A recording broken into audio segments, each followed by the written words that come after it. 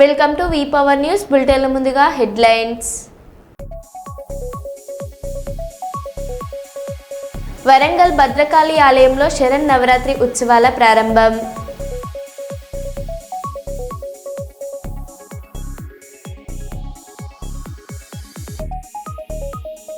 దేవి శరన్నవరాత్రి మహోత్సవ శుభాకాంక్షలు తెలిపిన ప్రధానమంత్రి నరేంద్ర మోదీ.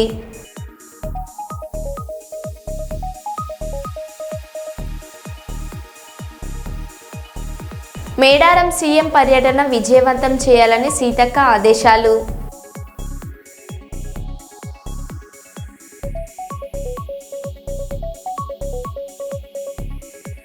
గాజుల రామారంలో హైదరాబాదితుల ఆవేదన.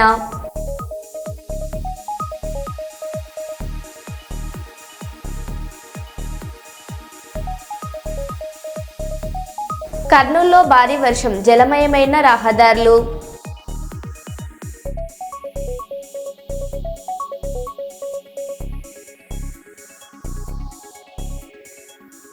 ఇక వివరాల్లోకి వెళ్తే, శ్రీకాకుళం జిల్లా పరిషత్ కార్యాలయంలో జనరల్ బాడీలో సంతబొమ్మాలి మండల జెడ్పీటీసీ సభ్యులు పాల వసంతారెడ్డి పాల్గొన్నారు. ఈ సందర్భంగా వారు మాట్లాడుతూ రైతులు యూరియా కోసం పడుతున్న బాధలను సభలో తెలియజేశారు. అలాగే ప్రతి మండలాలలో ఎంపీటీసీలను, ఎంపీపీలను, జెడ్పీటీసీలను మండల అధికారులు ప్రోటోకాల్ ప్రకారం కార్యక్రమాలకు ఆహ్వానించడం లేదు అని తెలియజేశారు. మరియు గౌరవ ఎమ్మెల్సీ పాలవలస విక్రాంత్పై ఎంపీడీఓ చేసిన అవమానానికి వారిని సస్పెండ్ చేయమని కలెక్టర్ గారికి, సీఈఓ గారికి కోరుతూ సభ నుండి జిల్లాలో ఉన్న జెడ్పీటీసీ మరియు ఎంపీపీ సభ్యులు వాకౌట్ చేశారు.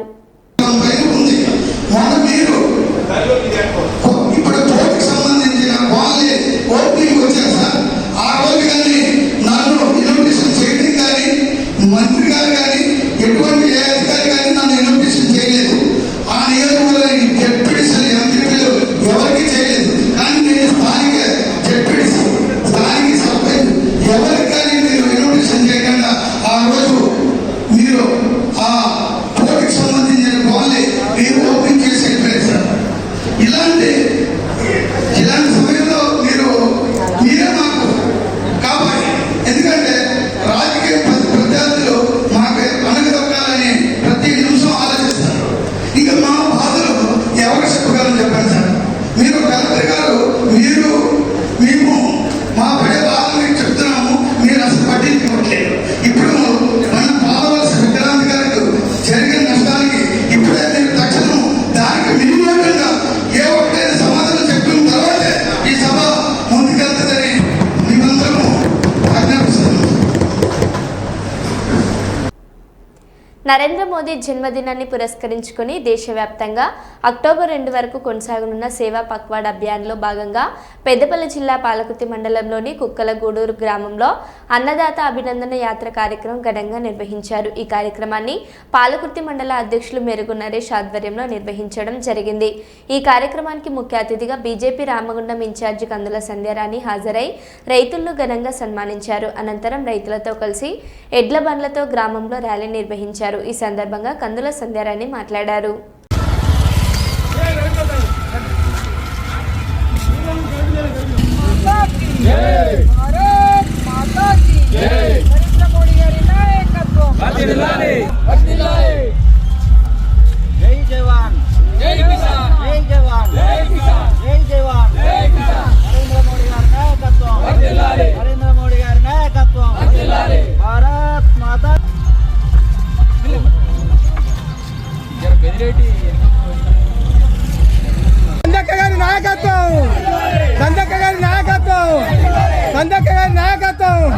బండి సంజయ్ గారి నాయకత్వం, బండి సంజయ్ గారి నాయకత్వం, ఈటల రాజేందర్ గారి నాయకత్వం. జై కిసాన్, జై కిసాన్, జై జవాన్, జై కిసాన్, జై జవాన్, జై కిసాన్, జై జవాన్, జై కిసాన్.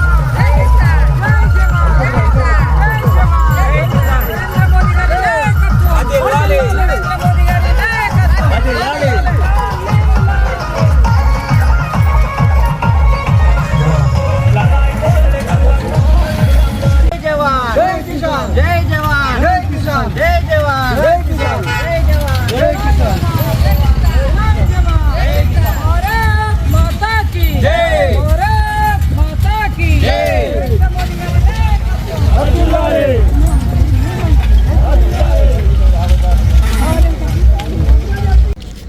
అందరికీ నమస్కారం.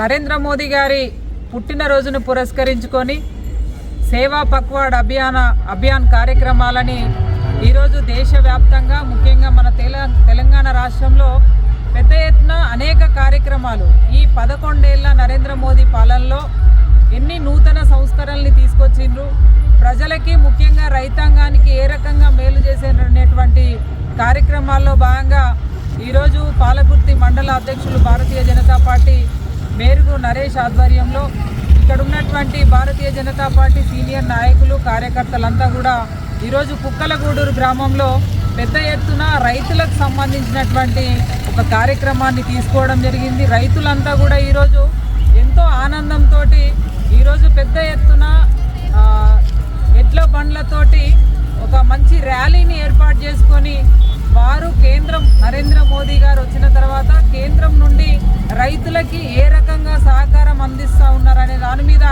పూర్తిగా ఆనందంతో ఈరోజు రైతులంతా కార్యక్రమంలో పాల్గొనడం నేను సంతోషకరంగా భావిస్తూ ఉన్నాను. వారికి హృదయపూర్వకంగా ధన్యవాదాలు తెలియజేస్తూ ఉన్నాను.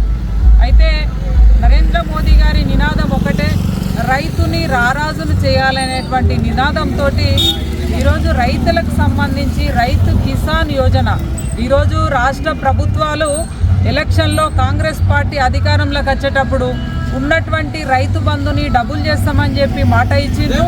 ఇట్లా రైతులకు సంబంధించి అనేక అబద్ధపు హామీలనిచ్చి ఏ ఒక్క హామీని కూడా కాంగ్రెస్ పార్టీ ప్రభుత్వం నిలబెట్టుకోలేదు.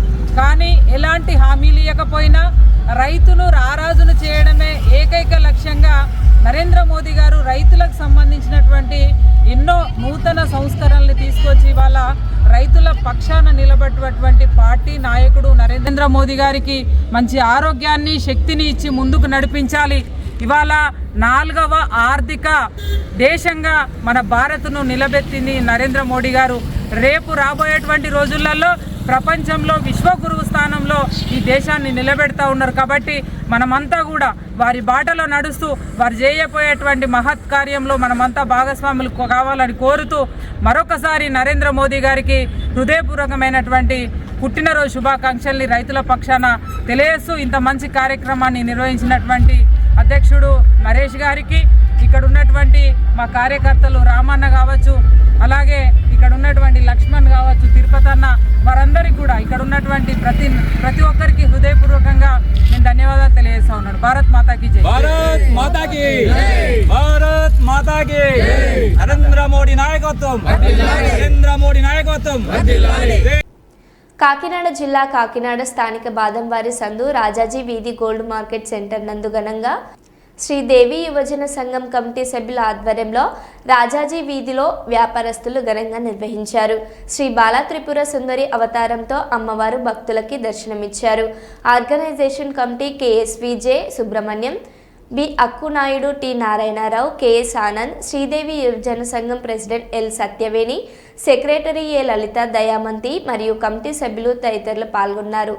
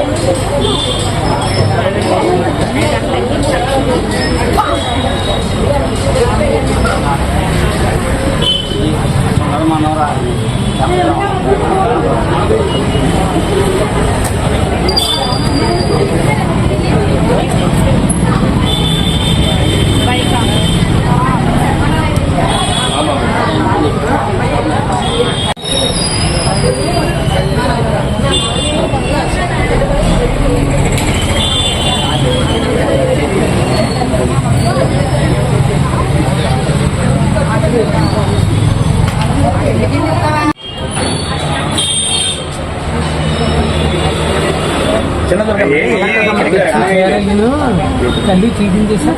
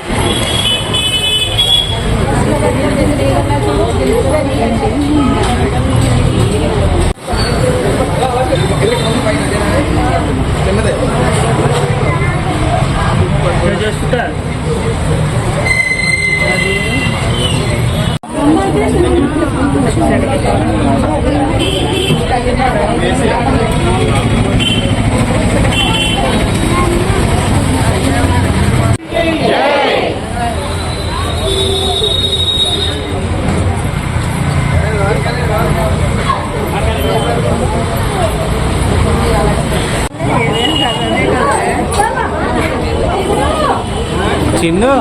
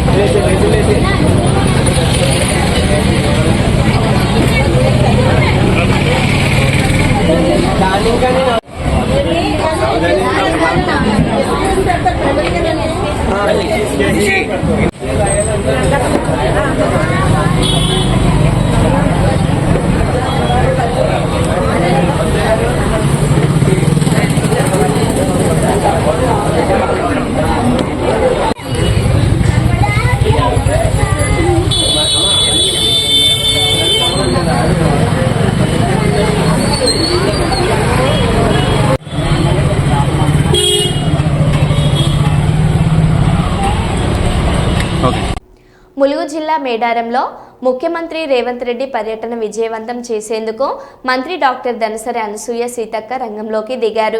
మేడారంలో జిల్లా కలెక్టర్, ఎస్పీ, అధికార యంత్రాంగం, సమ్మక్క సారలమ్మ పూజారులతో కలిసి ఆమె సమీక్ష నిర్వహించారు. ఆలయ ప్రాంగణంలో చేయాల్సిన మార్పులు, భక్తులకు కల్పించాల్సిన సౌకర్యాలపై పూజారుల అభిప్రాయాలను తెలుసుకుని అధికారులకు తగిన సూచనలు చేశారు. మేడారం అభివృద్ధి ప్రణాళికలో భాగంగా భక్తులకు మరిన్ని సౌకర్యాలు కల్పించేందుకు ప్రభుత్వం కట్టుబడి ఉంది. ముఖ్యమంత్రి పర్యటనలో ప్రణాళికను ఖరారు చేస్తారు. అనంతరం పనులు వేగవంతమవుతాయని సీతక్క తెలిపారు.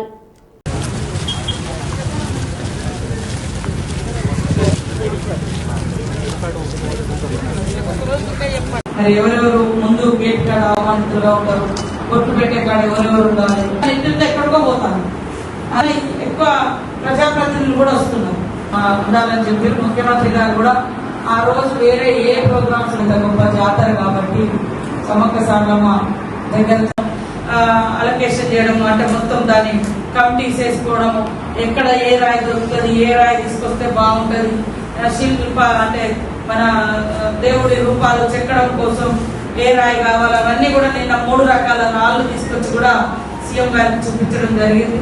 ఏదైనా మంచి బందోబస్తు ఉండాలని కూడా వారు చెప్పడం జరిగింది. కాబట్టి పూజారులు కూడా స్పెషల్ ఇంట్రెస్ట్ తోటి ఎక్కడైనా చిన్న చిన్న డిస్టర్బెన్స్ ఉన్నా కూడా అవి క్లారిటీ చేస్తూ, మీకేమైనా డౌట్ వచ్చినా మాకు కానీ, కలెక్టర్ కానీ, లేదా ఇక్కడ అధికారులకు, ఎండోమెంట్ వాళ్ళకు కూడా చెప్తూ ఏదైనా మార్పులు చేరుకున్న కాడ కూడా మీరు సజెషన్స్ ఇవ్వచ్చు. కానీ ఆపుకునే టైం అయితే లేదు. ఇక మనం ఆపుకొని 4 రోజుల తర్వాత చేద్దాం, 5 రోజుల తర్వాత అనేది కాకుండా ఎంత వీలైతే అందులో మనం పెట్టేదంతా స్టోన్ కాబట్టి దానికి సిమెంట్ తక్కువ ఉంది, స్టీల్ తక్కువ ఉంది అనేదానికి కూడా ఏముండదు. స్టోన్ మంచిగా కరెక్ట్గా భూమిలో వెళ్తుందా లేదా, డిజైన్స్ మంచిగా వస్తున్నాయా లేదా, మంచి మందం ఉందా లేదా, ఇదే మన యొక్క చూసుకుంటా ఉంటాం.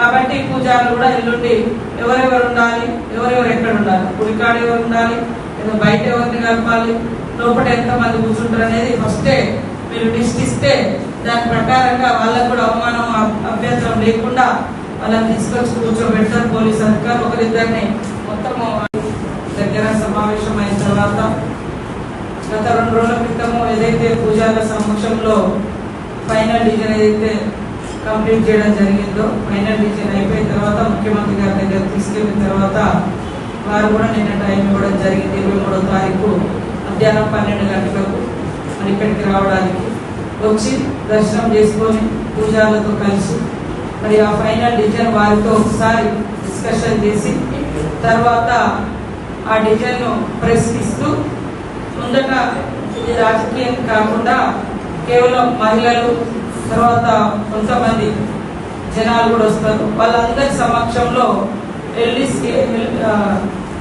స్క్రీన్స్ పెట్టి ఎల్ఈడి స్క్రీన్స్ పెట్టి మొత్తము మాస్టర్ ప్లాన్ ఏదైతే ఉందో అక్కడనే లాంచింగ్ చేస్తారు పబ్లిక్ ముందర.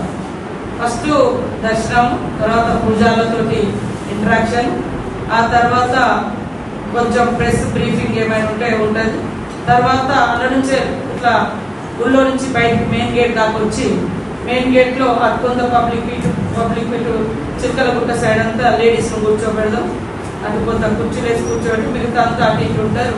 అక్కడ ఆ జంక్షన్ దగ్గర ఒక చిన్న వెహికల్ అట్లా పెట్టి లేదా ఏదన్నా అక్కడ ఎట్లా నిలబెట్టి మరి అక్కడి నుంచే ఎట్లా మనము దేవాలయాన్ని అభివృద్ధి చేస్తున్నాం ఏంటిదనే మొత్తం ఒక చిన్న వీడియో తీస్తూ ఉన్నారు. దాన్ని అక్కడనే లాంచింగ్ చేయడం జరుగుతుంది. ఇది పూర్తిగా భక్తి విశ్వాసంతో ఎండోమెంట్ అధికారులు కానీ పోలీస్ అధికారులు, కలెక్టర్ గారు ఎప్పటికప్పుడు సమన్వయం. సో 2000 మంది వరకు ఇక్కడ వర్కర్స్ పెట్టి పనిచేయించాలనేది వాళ్ళు అనుకుంటున్నారు. అకామిడేషన్స్ కూడా మనకి ఇక్కడ ఉన్నటువంటి షెడ్స్ కానీ ఇట్లాంటి అకామిడేషన్స్ అంతా వాళ్ళకి ఇస్తే చుట్టూ అవన్నీ కట్టుకొని డిస్టర్బ్ కాకుండా ఫాస్ట్గా చేసిస్తారు. దాంట్లో ఫాస్ట్గా ముందుగా ఏం చేయాలనేది కూడా పూజారులు మనకు చెప్తే దాన్ని బట్టే వాళ్ళు చేయడం జరుగుతుంది. దయచేసి ఇది ఒక యజ్ఞం కంటే ఎక్కువ చిత్తశుద్ధితోటి, భయంతో, భక్తితో మరి మనం ఎంతో నమ్ముకొని విశ్వాసంతో చేస్తున్నటువంటి పని కాబట్టి ఇందులో ఎవరికి ఎలాంటి దురుద్దేశం ఉండకూడదు. మంచి జరగాలి, సమాజానికి మంచి జరగాలి, తల్లుల కీర్తి కొన్ని తరాల. కోటబొమ్మాలి కొత్తమ్మ తల్లి రాష్ట్ర ఉత్సవాల సందర్భంగా ప్రజల కోసం హెలికాప్టర్ టూరిజం ప్రత్యేకంగా అందుబాటులోకి రానుంది. కేంద్ర పౌర విమానయాన శాఖ మంత్రి కింజారపు రామ్మోహన్ నాయుడు, రాష్ట్ర వ్యవసాయ మంత్రి కింజారపు అచ్చెన్నాయుడు, జిల్లా కలెక్టర్ స్వప్నిల్ దినాకర్ పుండకర్ కృషితో ఈ అవకాశం లభించనుందని జిల్లా నీటి యాజమాన్య సంస్థ ప్రాజెక్ట్ డైరెక్టర్ సుధాకర్ ఆదివారం తెలిపారు. ఈ నెల 23వ తేదీ నుండి 25వ తేదీ వరకు జరిగే ఉత్సవాలలో ఉదయం 9 గంటల నుండి సాయంత్రం 5 గంటల వరకు వాతావరణ పరిస్థితులను బట్టి హెలికాప్టర్ రైళ్లు ఏర్పాటు చేయనున్నట్లు ఆయన చెప్పారు. పర్యాటకుల కోసం నామమాత్రపు టికెట్ ధర 2000గా నిర్ణయించామన్నారు. టికెట్ల విక్రయం 22వ తేదీ నుండి స్థానిక వంశాధార హైస్కూళ్లలో ప్రారంభం కానుంది. రోజుకు గరిష్టంగా 40 ట్రిప్పులు మాత్రమే ఉండడం వల్ల 240 మందికి అవకాశం ఉంటుందని, అందుకు అనుగుణంగా రోజుకు 250 టికెట్లు విక్రయించనున్నట్లు తెలిపారు. ఈ సువర్ణ అవకాశాన్ని భక్తులు, పర్యాటకులు తప్పకుండా వినియోగించుకోవాలని ఆయన కోరారు. హెలి టూరిజం ద్వారా కోటబొమ్మాలి అందాలని చూపించాలని ప్లాన్ చేయడం జరిగింది. ఇందులో ఫస్ట్ కమ్ ఫస్ట్ సర్వ్ బేసిస్లో టికెట్లు ఇవ్వడం జరుగుతుంది. ఒక టికెట్ 2000 రూపాయలు, 2500 రూపాయలు 2000 పబ్లిక్ పే చేస్తారు. రిమైనింగ్ 500 జిల్లా అధికార యంత్రాంగం భరిస్తుంది. తర్వాత 24వ తారీఖు సాయంకాలం 4:30 నుంచి 6:30 మధ్యలో శోభాయాత్రని ప్లాన్ చేయడం జరిగింది. కాబట్టి భక్తులందరూ కూడా విచ్చేసి శోభాయాత్రని వీక్షించవలసిందిగా కోరుచున్నామండి. ఈ రెండుతో పాటు ఎప్పుడు జరిగే సాంస్కృతిక కార్యక్రమాలు డి జబర్దస్త్ టీంతో 23, 24వ తారీఖున ప్లాన్ చేయడం జరిగింది. లేజర్ షో కూడా 24వ తారీఖున ప్లాన్ చేయడం జరిగింది. Laser beam, projection beam, atmospheric beam ద్వారా పబ్లిక్కి లేజర్ యొక్క కనుల విందు కనిపించాలనే ఉద్దేశంతో 24వ తారీఖున ప్లాన్ చేయడం జరిగింది. స్టేట్ లెవెల్ కబడ్డీ పోటీలను కూడా ఈరోజు ప్రారంభించడం జరుగుతుంది. అంటే 21వ తారీఖున స్టేట్ లెవెల్ కబడ్డీ పోటీలు ప్రారంభించి 24వ తారీఖున ముగించడం. గత సంవత్సరంతో పోల్చుకుంటే విజేతల యొక్క ప్రైజ్ మనీని కూడా పెంచడం జరిగింది అండి. సుమారు 3 కోట్ల రూపాయల వ్యయంతో ఈ ఉత్సవ ఏర్పాట్లన్నీ కూడా పోలీస్ ఫోర్స్ని డ్రా చేసి స్పెషల్ పార్టీని, రోప్ పార్టీని పెట్టి ఎటువంటి ఇబ్బంది లేకుండా ప్రజలందరికీ కూడా సాంస్కృతిక కార్యక్రమాల్లో కానీ దర్శనంలో కానీ ఎటువంటి ఇబ్బంది లేకుండా చేయడం కోసము గౌరవ కలెక్టర్ గారు, ఎస్పీ గారు ఆదేశాల అనుసారము అన్నీ కూడా చేయడం జరిగింది అండి.